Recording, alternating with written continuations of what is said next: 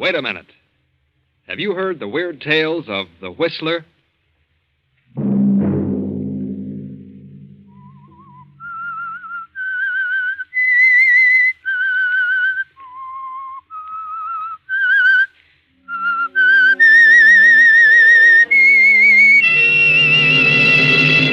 I'm the Whistler.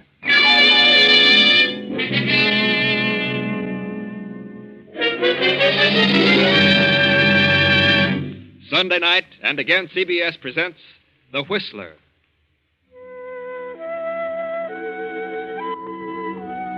I, the Whistler, know many things, for I walk by night. I know many strange tales, many secrets hidden in the hearts of men and women who have stepped into the shadows. I know the nameless terrors of which they dare not speak. And so I tell you the amazing story of House of Greed. A taxicab rolls through the night and comes to a stop before a brownstone mansion on West 52nd Street. The driver opens the door, and a handsome, well-dressed man steps out, pays the driver, slips quickly up the stairs, fumbles with a bunch of keys, but the door opens. Oh, hello, Jackson. Mr. Talbot, welcome home, sir. Where's Mrs. Talbot? Oh, she left 3 days ago. Went to the place in the Catskills. There's a note on your desk, sir. Oh, good. Your brother, Frank, is waiting in the library. Oh. Hello, Frank. What do you want? John. Now, look, Frank, I told you the last time I'd give you no more money. Oh, but it isn't gambling debts this time. I'm reforming. I'm going to settle down and work. Work? I met a big cattleman from South America. He has a very lovely daughter. And she talked her father into letting me buy an interest in the business. How much? 10,000. Oh, I'm sure I'll make good, John. Oh, very well. I don't mind doing something like that for you. When are you leaving? Tomorrow. I've had a plane reservation for 4 days. Mm-hmm. Thanks for the check, John. You're a swell guy. Tell Mary goodbye for me. Yeah, she's up in the Catskills. Yeah, so Jackson told me. Good Lord. What's wrong? She hasn't gone to the Catskills. I can't understand this. What on earth does she mean? Well, what is it? Well, read it. John, this life is too lonely. I can't go on like this, so I'm leaving you. I found someone else who is more considerate of me. But First, I'm going home, and from there, it doesn't matter. I'm sorry, but things just didn't work out for us. Mary. Someone who's more considerate of her. Why, I've given Mary everything her heart desired. She must be out of her mind. Of course, you have been gone a lot, and women get crazy ideas. It's knocked the pins right out from under me. Yes, I can see that. You better take it easy for a while. Yes, I feel, I don't know, kind of sick. All of a sudden, nothing seems to matter. Well, maybe she'll wake up before she gets too far. Perhaps I'd better cancel my trip for a few weeks until you get straightened out. No, never mind. I'll pull myself together. I wouldn't have you sidetrack your plans for the world. I think you better go now, Frank. I'd rather be alone. All right. But don't do anything foolish. What do you mean? Well, if you brood about it, you're liable to get some crazy ideas and end up really holding the sack. Good luck, Frank. Lots of luck. Thanks. Goodbye, John.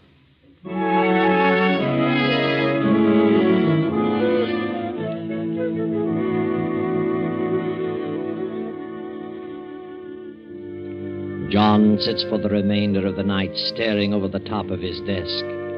The next morning, he closes the house and starts on Mary's trail, which takes him to London, Paris, Berlin, all over Europe, but to no avail. Finally, he drops his active interest in his business and goes to live in his country estate. Then one day, 14 years later, he finds himself on a honeymoon. He has married a widow named Helga. Well, John, dear, we got away without too much trouble. Well, it does seem a bit silly, rice and honeymoons at our age. Our age? Well, you sound as though we're a couple of old grannies. I'm 36 and you're 45, and I certainly don't feel old. Why, of course you're not, Helga. Oh, dear. John, now that the wedding's over, there's something I haven't told you. Oh, now I haven't said anything because I was afraid it might make a difference. I know what it is. You have a son. How did you know? I wondered when you were going to mention it. Oh, well, he finishes school this year. It's been quite a struggle putting him through college. but he's very bright. Paul has studied hard and managed to cram 2 years into one. Could he spend the summer with us? Why, of course. Oh, John, you're a darling. I should be able to find a place for him in the business. Oh, ask him to come down to our place in the country. Oh, thanks, John. You're wonderful.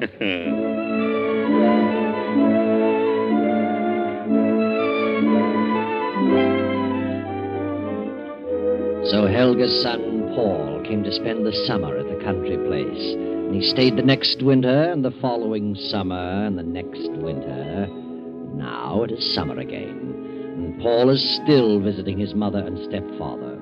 The first year, he worked in the office every day until noon, and found business very boring. So finally, he quit going to the city at all. But, Mother, I've looked the whole thing over, and there's nothing there that interests me. Well, you could learn about the business. You seem to be able to learn anything else you want to. But I don't care for business. Oh, you're a fool. I worked my knuckles to the bone to give you an education. I married John Talbot to give you a chance to do something. John has no children. It's a huge business. And one day you could control the whole thing. I'm disappointed in you, Paul. You're letting me down. Well, it seems to run very well without too much attention from him. If we were to inherit it, why wouldn't it continue to run just as well? You either get down to that office or you pack your things and get out. Why should I? I'm perfectly satisfied. I'll tell John to make you go. And suppose I tell him what you just said? That you married him just to give me a chance? Married him for his money? You wouldn't dare. And suppose I tell him that you were never divorced from Father? That he's still down in South America, still wandering around trying to find a gold mine? If you dare open your mouth, I'll... Hello there. How are you, Helga? What's this I heard about South America? Oh, why, nothing, darling. Paul was just talking about someone he met from down there. Who do you know from South America, Paul? Fellow, I met him today.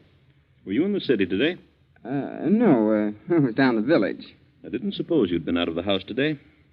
What's his name? Why, I don't remember. I didn't think you would. You haven't been out of this house for 3 days. Paul, I think you're the laziest man I've ever met. All right. I'll start back to the office Monday. If that's what you and Mother want me to do, I'll do it. Why, I'm sorry I wasn't here for dinner, Helga. I was detained in town. I have quite a bit of work to do. I'll be here in the library for 2 or 3 hours. Very well, John. I won't bother you. I'll go on upstairs. Besides, I want to have a little talk with Paul. Good night, dear. Good night, Helga.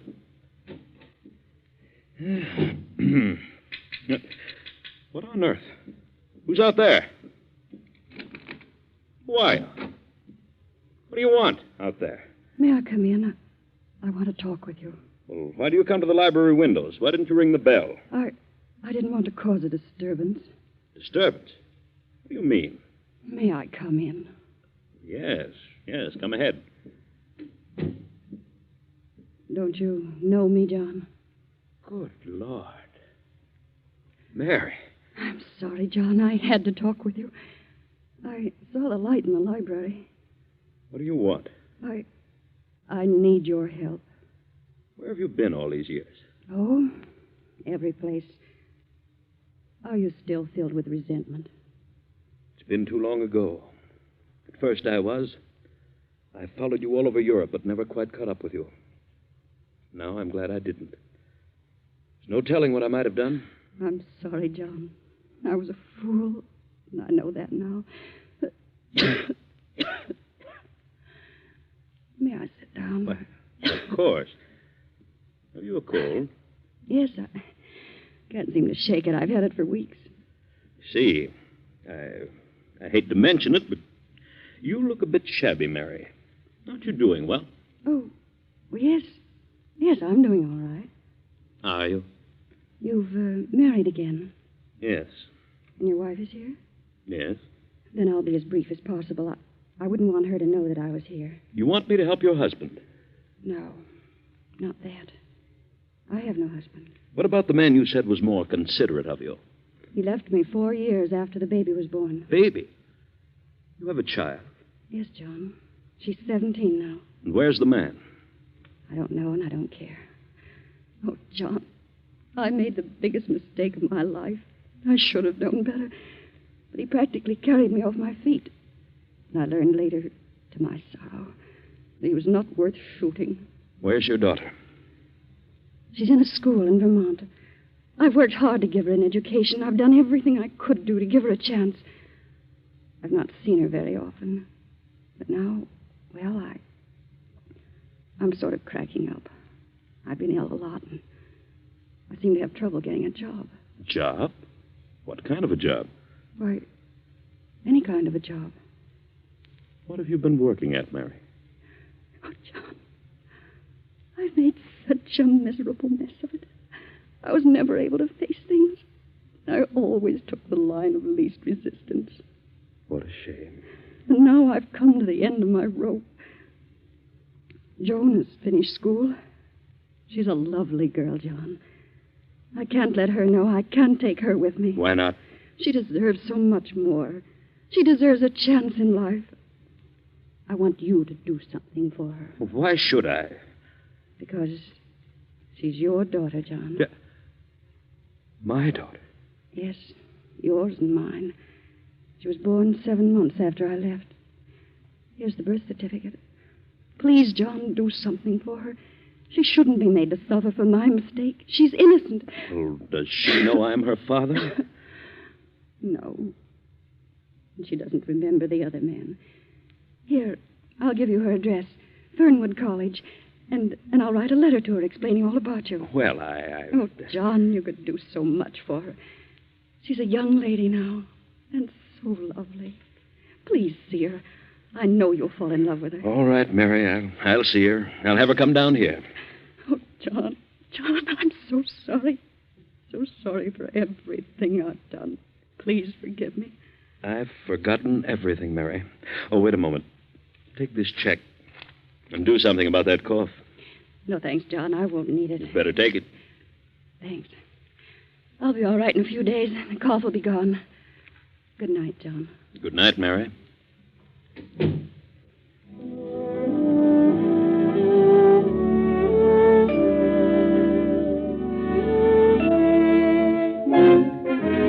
If he brings this girl here, do you realize what it means, Mother? Yes? It's his own daughter. If he falls for her, if he likes her, he'll change his will and split the estate. She's entitled to it, isn't she? Now, why should she be? Strange girl he didn't even know existed. Popped up out of nowhere and cheats us out of half the estate. I know what you mean. We've been here for several years. You're his wife. It isn't fair. What would you do about it, Paul? I'd see that she didn't get anything. How would that be possible? Suppose she didn't like it here. Supposing that before John got attached to her, the things happened that would make her dislike everything here. If she runs away soon enough, he won't change his will. Perhaps you're right. And if she doesn't? Then maybe something could happen to John. Later, something could happen to the girl. But in any event, the will must not be changed. Where do you get such ideas?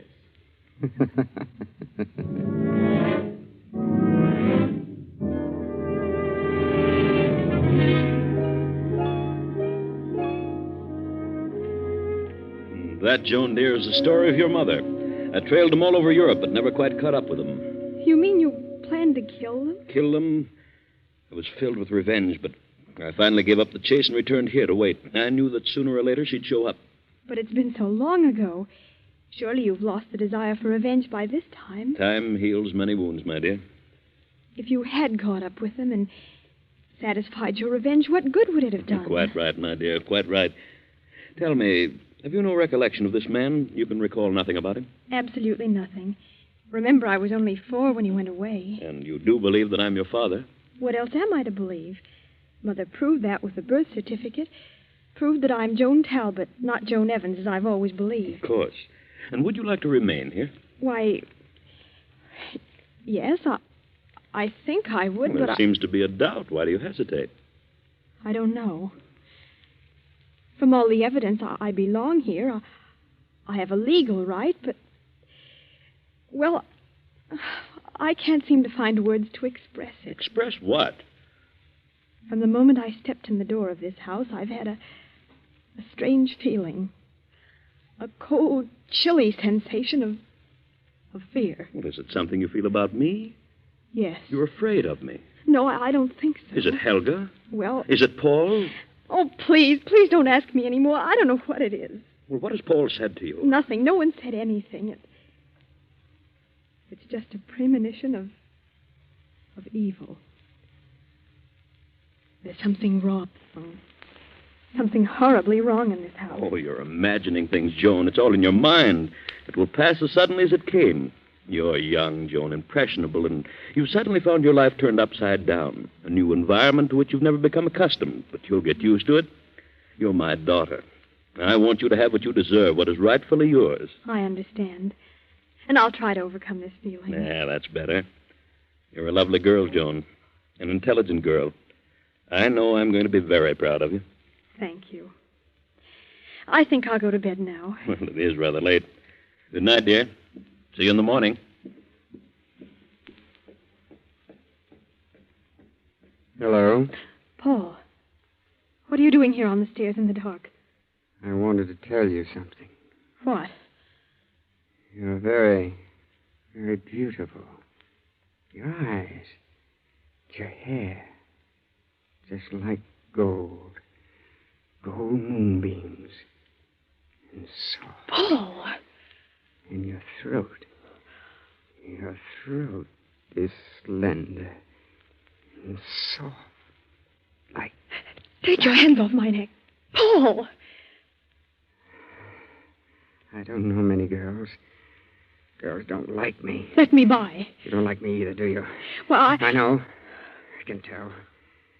Elsie didn't like me either. She was afraid of me. Who's Elsie? She was a girl in the village.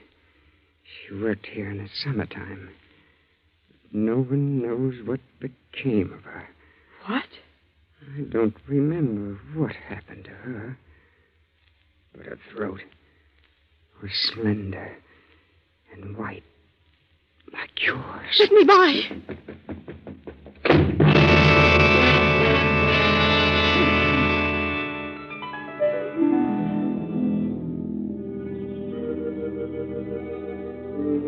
Joan. What?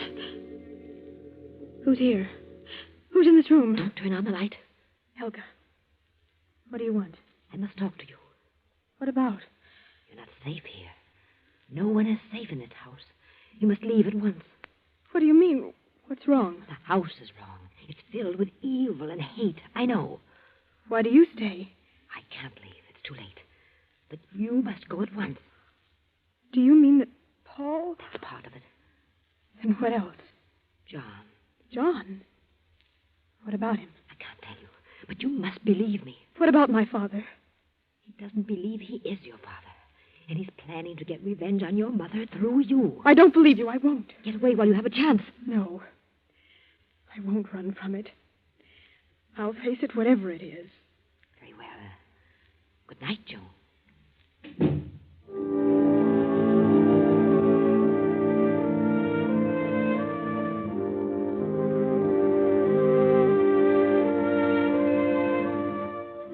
Now it is nearly midnight. John still works at his desk in the library. But outside, a man steps softly through the trees upon the terrace, quietly opens the library doors, and steps in. Hello, John. Frank. Good Lord. Yes, Brother Frank. Well, why don't you say something? Come in, or get out, or something. Why, come in, Frank. You fairly knocked me off my feet. I didn't know whether you were alive or dead. It's been a long time, John. Why haven't you written me? Well, I was hoping I could make a go of that ranch and pay you back, but I guess I was just born unlucky. Oh? They had a revolution and cleaned Senor Gonzalez out and me with him. That's too bad, Frank. But you're still the same steady, reliable John. Yes, sir, I've tried my darndest to be like you, but, well, it just isn't in me. I don't have what it takes. The last 2 years, I've had a pretty tough time. I caught some sort of a malarial fever down there, and it's impossible to get rid of it. Keeps recurring. You certainly don't look well. You've aged quite a bit. You better have Dr. Richards look you over tomorrow. Huh. She's still kicking around? I thought he'd be gone long ago. How's your new marriage turned out? Oh, very well. Very well indeed. Good. Ever hear from Mary? Yes. She came to see me. I knew she would eventually. She was broke and quite ill. She'd had a tough time of it. And you helped her out. You would. You couldn't turn anyone down. Well, she was mainly interested in my helping the girl.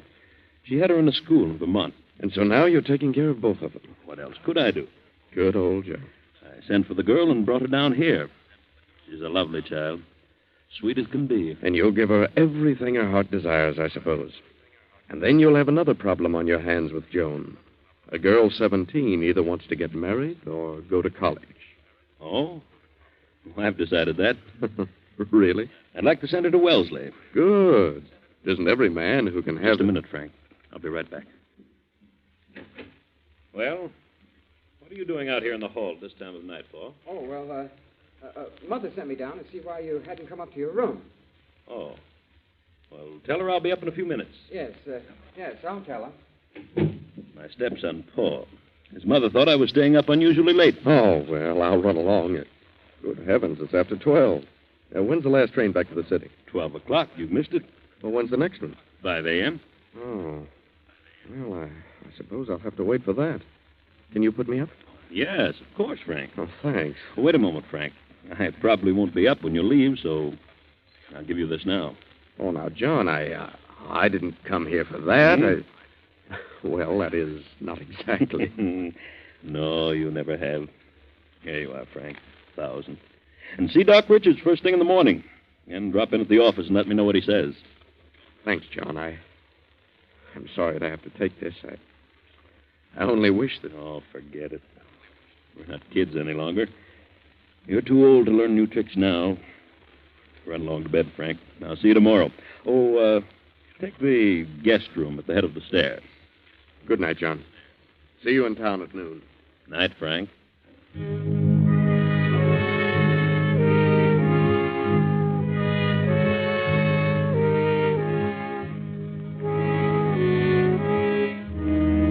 The clock strikes 3 as 2 figures slip down the darkened hall and quietly enter John's bedroom. Then a few minutes later, the same 2 figures make their way in the moonlight through the trees to the back of the estate, carrying a long, gruesome bundle wrapped in a sheet.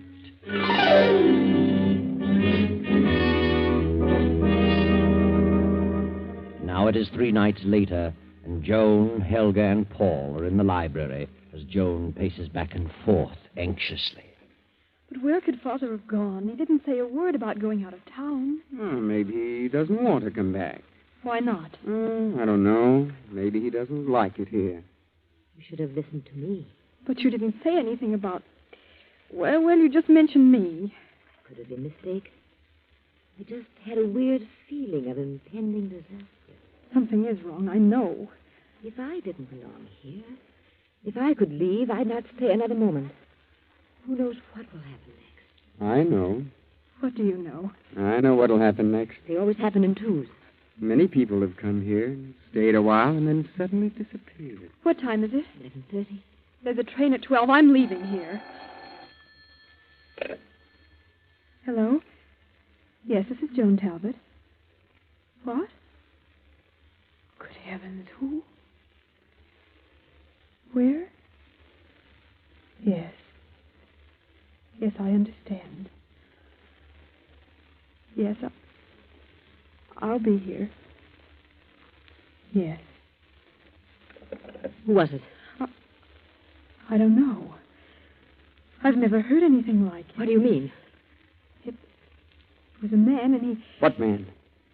He said he had a message for us, and he'll be here at 12 o'clock, and to wait for him in the library. The police? I don't know. He said he'll come to the garden windows, to the library window. Who could it be? I don't know. But we'll wait. I'm going to see this through.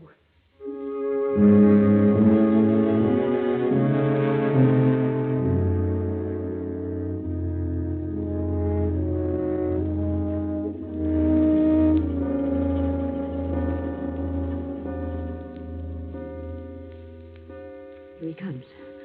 Through the garden. Who is it, Mother? I don't know. The lights. Why did you turn out the lights? I turned them out so we could see outside. Who is he? I don't know. He's up on the terrace. Who are you? What do you want? I came to talk to you. What about? About what happened here at 3 o'clock in the morning several days ago. Nothing happened. Nothing. But something did happen. Turn on the lights. No, don't turn them on. You couldn't see me if you turned on the lights. Paul, good Lord. Was it you who phoned me? I spoke to you, but I didn't phone you. Mother. What happened in this house at 3 o'clock several days ago? A man was murdered. What? Paul. Turn on the lights. Turn on the lights! Joan Talbot, open the top drawer of that desk. Now take out the paper. It says, on the night of August 5th, we, the undersigned, murdered John Talbot in his bedroom and buried his body on the estate. We didn't. We didn't. It's John. It's John. Sign it. Sign the paper and I'll go. Sign it, Paul. Sign it. You did it. You killed him. Sign it. You help me. You sign it. I can't. Turn on the lights, Joan. John. It's him. It's him. He isn't dead. No, Paul. We didn't. Paul, what happened? I'll tell you. You killed my brother Frank instead. Come on in, Sergeant. You heard it all. Yes, we heard it all. Father, what on earth happened? When you phoned a while ago, I almost fainted. I was sure you were dead. I knew from the moment you told me you were frightened in this house that something was wrong. I put two and two together and realized what it was. They didn't want you to share in the estate. I knew they were planning something on that night. And then my brother came. He accidentally got into my room by mistake, and they killed him instead of me. I saw them carrying his body through the trees. So I disappeared for a few days and evolved this plan. You've nothing to worry about any longer, Joan. Nothing. No. Nothing to worry about. But the truth would certainly amaze you. All that Helga said about Paul and John was true. John was planning revenge, but not through Joan. That night your brother Frank came back. You discovered something, John. What was it Frank said? And then you'll have another problem on your hands with Joan. A girl 17 either wants to get married or go to college. It was then, John, that you knew the truth. The only way that Frank could have possibly known that the girl's name was Joan and that she was 17 was to have been with Mary. So John knew then that it was Frank who ran away with Mary and deserted her when Joan was 4 years old. And then John, knowing that Helga and Paul planned to kill him, deliberately let Frank occupy his room on that fateful night. John's revenge was satisfied, and he didn't have to turn a hand. That's all.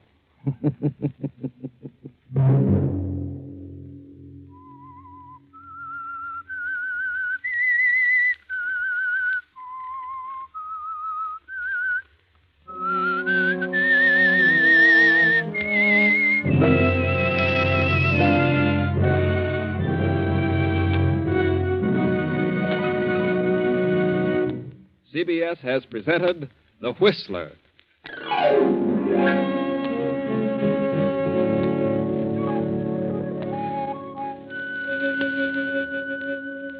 And now an important announcement regarding a change of time. Beginning 1 week from tomorrow night, on Sunday, September 13th, The Whistler will come to you at 9:15 p.m. Remember, Sunday, September 13th, at 9:15 p.m.